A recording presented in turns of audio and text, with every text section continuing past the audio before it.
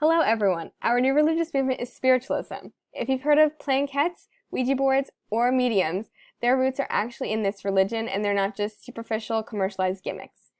These all allowed mediums to supposedly communicate with spirits in the outside world, which was very important for them, and they're not just horror or comedy plot lines like now.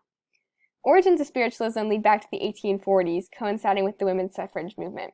Emanuel Swedenborg, seen here, saw himself as the father of Spiritualism, and he believed it was his job to reform Christianity.